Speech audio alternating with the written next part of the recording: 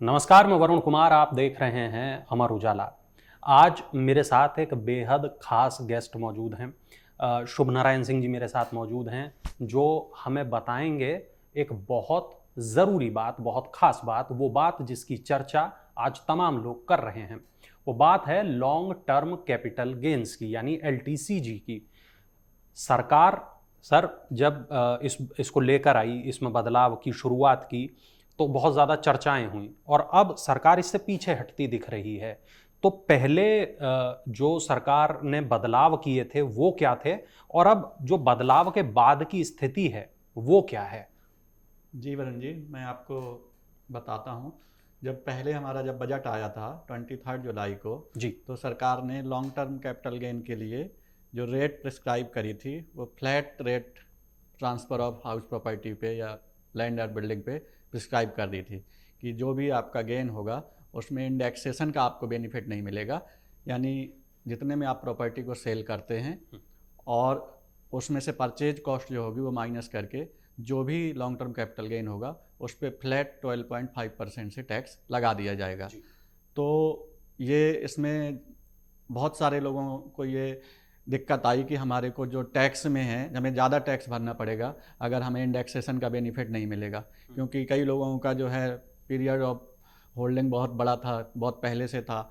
एक ये बात थी। दूसरी, उनको जो है इंडेक्सेशन ना मिलने की वजह से जो टैक्स देना पड़ रहा था टैक्स पेयर को वो ज़्यादा लग रहा था। तो सरकार ये बहुत ज़्यादा चर्चा पे जब आया तो सरकार को लगा कि हाँ, कहीं हद तक ये बात सही है कि कुछ लोगों को इसमें नुकसान होता दिख रहा है। तो सरकार ने फिर ये डिसाइड किया कि फाइनेंस बिल में एक अमेंडमेंट प्रपोजल किया जाए और इस पद्धति में जो नुकसान हो रहा है टैक्स पेयर को उसके लिए हम कुछ उनको राहत दें। तो ये इस वजह से जो है इसमें सर, आप तो बहुत लंबे वक्त से फाइनेंस की चीज़ें देखते आए हैं, पढ़ते आए हैं। ये जो तमाम बदलाव होते हैं इनको आपने बहुत बारीकी से देखा है। मैं चाहता हूँ कि हम जैसे जिस इलाके में बैठे हैं यहाँ पे हम देखते हैं कि लोग 50-50 साल से उनके पास में ज़मीनें हैं, उन्होंने नहीं बेची हैं, या घर हैं 30-30, 35-35 साल पुराने, वो उन्होंने नहीं बेचे। आज अगर क्या वो अपने पुराने घरों को बेचते हैं जो 30-35 साल पुराने हैं, तो उन्हें फ़ायदा होगा, उन्हें टैक्स में, या नुकसान होगा? देखिए, अब जो अमेंडमेंट बिल गवर्नमेंट ने प्रपोज किया है, इस चीज़ को सरकार ने जो है अब टैक्स पेयर के लिए डायरेक्ट राहत दे दी है। उन्होंने कहा कि आप 20% टैक्स भर दीजिए और इंडेक्सेशन का बेनिफिट आप ले लीजिए। ठीक है। और या आप 12.5% टैक्स भर दीजिए और इंडेक्सेशन का बेनिफिट मत लीजिए। ये बिल्कुल उसी तरह लग रहा है सर जैसे न्यू टैक्स रिजीम और ओल्ड टैक्स। बिल्कुल। अब ये टैक्स पेयर के ऊपर ही उन्होंने, सरकार ने कह दिया कि आप खुद डिसाइड कर लो, जिसमें आपका कम टैक्स बनेगा उस पर आप टैक्स भर दो। अच्छा सर, ये इंडेक्सेशन की जो बहुत ज़्यादा चर्चा है, इंडेक्सेशन क्या चीज़ होती है, इसको किस तरह समझा जाए जो हमारे दर्शक समझ पाएँ?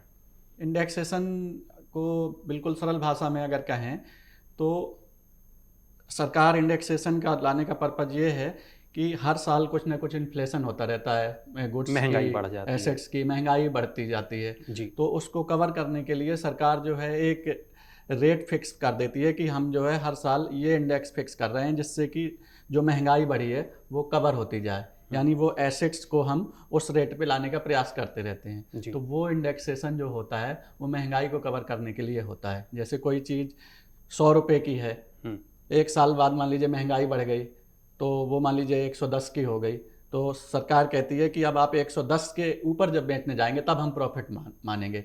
तो उस चीज़ को कवर करने के लिए इंडेक्सेशन का सिस्टम है। जी। तो ये जो एलटीसीजी है हमारा और जो इंडेक्सेशन है, ये आपस में किस तरह कनेक्ट हैं? एलटीसीजी जो है हमारा, जब भी कोई हम एसेट्स बेचते हैं, खासकर इमूवेबल प्रॉपर्टी की बात हम कर रहे हैं यहाँ पे, तो इमूवेबल प्रॉपर्टी का जब होल्डिंग पीरियड 2 साल से ज़्यादा हो जाता है तो उसको 2 साल बाद बेचेंगे तो वो लॉन्ग टर्म कैपिटल गेन की कैटेगरी में आता है। ठीक है। और इंडेक्सेशन क्या होता है कि जब आपने एसेट्स फर्स्ट टाइम खरीदी थी, मान लीजिए कोई एसेट्स आपने फाइनेंशियल ईयर 2001-2002 में खरीदी है और उसको आज बेच रहे हैं 2024-25 में, तो गवर्नमेंट ने इंडेक्सेशन की जो है एक लिस्ट जारी की है कि 2001 2002 में 100 रुपये था, उसके बाद फिर इतना हुआ, जैसे आज चल रही है 363 रुपये। जी। तो उन्होंने कहा कि 2001 2002 में 100 रुपये की चीज़ थी, आज वो एसेट्स जो है इमूवेबल एसेट्स की हम इंडेक्स्ड वैल्यू 363 रुपये मान के चल रहे हैं। तो इसके बाद अगर हम ये बेनिफिट टैक्स पेयर को मिल जाता है ये कि अब आप 363 के ऊपर बेचेंगे तभी उसको गेन होगा। तो दो बातें निकल के आई कि 2 साल से ज़्यादा के बाद लॉन्ग टर्म कैपिटल गेन होता है और इसके बाद जो टैक्स पेयर है वो इंडेक्सेशन का बेनिफिट ले सकता है। सर, पिछली बार भी हमने एक चार्ट के माध्यम से लोगों को समझाया था, वो चार्ट भी हम अपनी स्क्रीन पर अब दिखा रहे हैं। तो ये जो चार्ट है ये हमें बताता है कि अगर कोई प्रॉपर्टी 50 लाख रुपए की थी तो उसका जो टैक्स है वो दो तरीके से कैलकुलेट हो रहा है, 13,70,000 और 25 लाख। तो ये सर मैं चाहूँगा थोड़ा आप हमारे दर्शकों को बताएं। पहले मैं आपको जो अमेंडमेंट प्रपोज हुए हैं बिल पे जी वो ब्रीफ कर दूं। जी। हमारा अभी जो बजट आया था 23 जुलाई 2024 को, उसमें 12.5% फ्लैट रेट थी लॉन्ग टर्म कैपिटल गेन की। इसके बाद जब बहुत सारी इसमें बातें आई कि टैक्स पेयर को नुकसान हो रहा है तो उन्होंने इसको कुछ कंडीशंस के साथ में अमेंडमेंट बिल लोकसभा में प्रेजेंट किया। जी। तो अब अमेंडमेंट बिल में जो बातें कही गई हैं, उन्होंने कहा कि टैक्स पेयर को हम दोनों ऑप्शन दे रहे हैं और वो कंपेयर कर लें कि अगर उसको 12.5% वाले जो न्यू लॉ है उस पर टैक्स कम है तो उस पर भर दे, और अगर 20% वाला विद इंडेक्सेशन भर दे। 12.5% में हम इंडेक्सेशन नहीं देंगे और 20% वाले में जैसा पहले था वैसे ही रहेगा, यानी पुराने ही सिस्टम को उन्होंने रीस्टोर किया। तो उसमें उन्होंने कंडीशंस ये लगाई कि ये उन प्रॉपर्टीज पे एप्लीकेबल होगा जो 23 जुलाई 2024 से पहले खरीदी गई, यानी उसके बाद आपको फ्लैट रेट पे ही जाना पड़ेगा, पहली चीज़। दूसरा उन्होंने बताया कि ये जो बेनिफिट है कंपेयर करके टैक्स भरने का, वो रेजिडेंट इंडिविजुअल एंड HUF को मिलेगा, जो अभी बिल में आया है। फाइनल जब बिल आएगा तब पता चलेगा। अभी जो बात निकल के आई है कि रेजिडेंट इंडिविजुअल और HUF बेनिफिट इसका ले सकते हैं, ये कंपेरिजन प्रोसेस का, यानी फार्म LLP और ये सब कंपनी वगैरह को इससे बाहर किया गया है। उनको 12.5% पे ही टैक्स देना होगा। ठीक है। तो अब इसमें जब ये बात आ गई है कि आप कंपेयर कर सकते हैं, तो ये एक बहुत बड़ी राहत हो गई है टैक्स पेयर के लिए, क्योंकि उनको डायरेक्ट ये मिल गया कि जिसमें बेटर ऑप्शन है वो उस पर चला जाएगा। यानी जो सरकार गवर्नमेंट पुराना भी रखती उससे भी अच्छा ये ऑप्शन है कि अब आपको दोनों तरफ से ही विन विन सिचुएशन हो गई है अब टैक्स पेयर के लिए कि अगर 12.5% में उसका काम है तो वहाँ पे टैक्स भर दे, और अगर 20% विद इंडेक्सेशन है उसका तो वहाँ पे टैक्स भर दे। कंडीशन यही है कि रेजिडेंट इंडिविजुअल 20% टैक्स भरेगा तो इंडेक्सेशन लेगा और 12.5% भरेगा तो इंडेक्सेशन नहीं लेगा। बिल्कुल। तो अगर हमने कोई प्रॉपर्टी मान लीजिए 50 लाख रुपए में खरीदी थी और आज हम उसको मान लीजिए 2.5 करोड़ रुपए में बेच रहे हैं, तो दो ऑप्शन उसके सामने आ जाएंगे टैक्स पेयर के सामने कि 2.5 करोड़ रुपए माइनस 50 लाख रुपए, 2 करोड़ का उसको प्रॉफिट हो रहा है, उस पर वो 12.5% फ्लैट कैलकुलेट कर ले जो 25 लाख आएगा। ठीक है। और या फिर वो इंडेक्सेशन कर ले 50 लाख को, और 50 लाख का जो इंडेक्सेशन वो करेगा वो लगभग 1 करोड़ 80 लाख के आसपास जो भी आएगा, 1 करोड़ 80 लाख माइनस कर देगा वो 2.5 करोड़ में से, तो जो वैल्यू आएगी उस पर वो 20% फ्लैट भरते। तो उसका जो 13,70,000 जो आप बता रहे हैं जो टैक्स आ रहा है आपके स्क्रीन पे, तो अब वो दोनों में कंपेयर कर रहा है कि न्यू में 25 का टैक्स है उसका, और जो अमेंडमेंट बिल के थ्रू उसको इंडेक्सेशन रीस्टोर हुआ है उस पर उसको 13,70,000 का टैक्स है। तो वो इंडेक्सेशन के साथ चला जाएगा, वो कहेगा मैं 20% भर दूंगा और साथ में इंडेक्सेशन का बेनिफिट ले लूँगा। तो ये गवर्नमेंट का बहुत ही अच्छा इनिशिएटिव है, इसमें टैक्स पेयर को मतलब विन ही विन है। जी। एक दूसरा केस भी है सर जो स्क्रीन पे इस वक्त दिख रहा है, जिसमें 50 लाख की प्रॉपर्टी खरीदी गई और उसे 2 करोड़ का बेचा गया। इसके बारे में भी थोड़ा सा मैं आपकी स्क्रीन में मैं जो देख पा रहा हूँ जो 50 लाख की प्रॉपर्टी दूसरे केस में आपने 2 करोड़ में बेची है, पहली वाली प्रॉपर्टी आपने जो खरीदी थी वो 2001-2002 में खरीदी थी, तो उस समय इंडेक्सेशन की जो बेस वैल्यू थी वो 100 रुपये थी। जब आपने 12 और 13 में खरीदी, 2000 फाइनेंशियल ईयर 12-13 में, तो इंडेक्स वैल्यू उसकी 200 हो गई थी। आज जब हम उसको बेच रहे हैं तो इसमें आपका जो बेनिफिट हो रहा है, आप देख पा रहे हैं कि न्यू में ज़्यादा हो रहा है, क्योंकि आप 2 करोड़ के बेचने के बाद उसकी जो इंडेक्स्ड कॉस्ट आ रही है वो 90 लाख की आ रही है, ठीक है।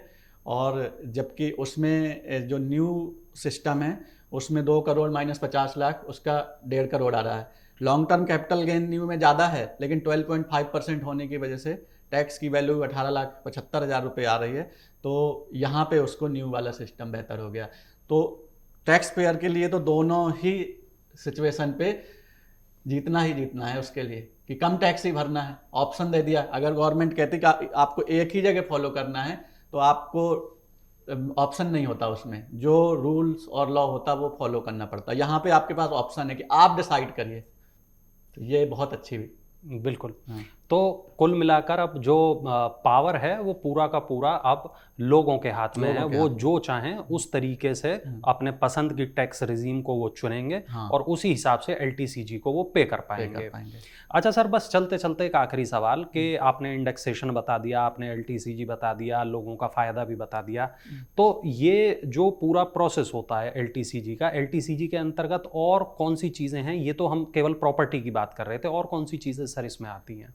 एलटीसीजी के अंदर जो है और भी बहुत सारी चीज़ें आती हैं, जैसे गोल्ड आता है, ठीक है, और आपका शेयर्स आते हैं, लिस्टेड शेयर्स, अनलिस्टेड शेयर्स, तो लाइसेंस आते हैं, बहुत सारी चीज़ें हैं जो इसके अंदर आती हैं, और उनका होल्डिंग पीरियड के according long term capital gain और शॉर्ट टर्म कैपिटल गेन उसमें भी होता है। अभी जहाँ तक जो बिल का अमेंडमेंट का है उस पर शायद चेंज नहीं किया जा रहा है। अभी जो ध्यान है सबका, वो जो सबसे बड़ी राहत जिससे मिडिल क्लास और सब लोग कनेक्ट थे कि इंडेक्सेशन का बेनिफिट प्रॉपर्टी में चला जाएगा, तो गवर्नमेंट का भी फोकस उस जगह पे था। तो अभी जो मुझे लग रहा है, बिल आने के बाद ही फाइनल पता चलेगा, लेकिन जो राहत मिली है अभी ट्रांसफ़र ऑफ इमूवेबल प्रॉपर्टी पे ही मिली। बिल्कुल, बहुत शुक्रिया सर इस तमाम जानकारी के लिए। तो शुभ नारायण सिंह जी ने हमें बताया पूरा एलटीसीजी का गणित ए से लेके जेड तक। उम्मीद है ये तमाम चीज़ें, तमाम बातें सर की ये आप लोगों को पसंद आई होंगी। फिर भी अगर आपका कोई सवाल है तो नीचे कमेंट बॉक्स में उसे लिख भेजिएगा। हमारा प्रयास रहेगा आपके सवालों का प्रमुखता से हम जवाब देंगे। शुक्रिया, फिर मिलेंगे एक और एपिसोड में। तब तक के लिए आप देखते रहें अमर उजाला।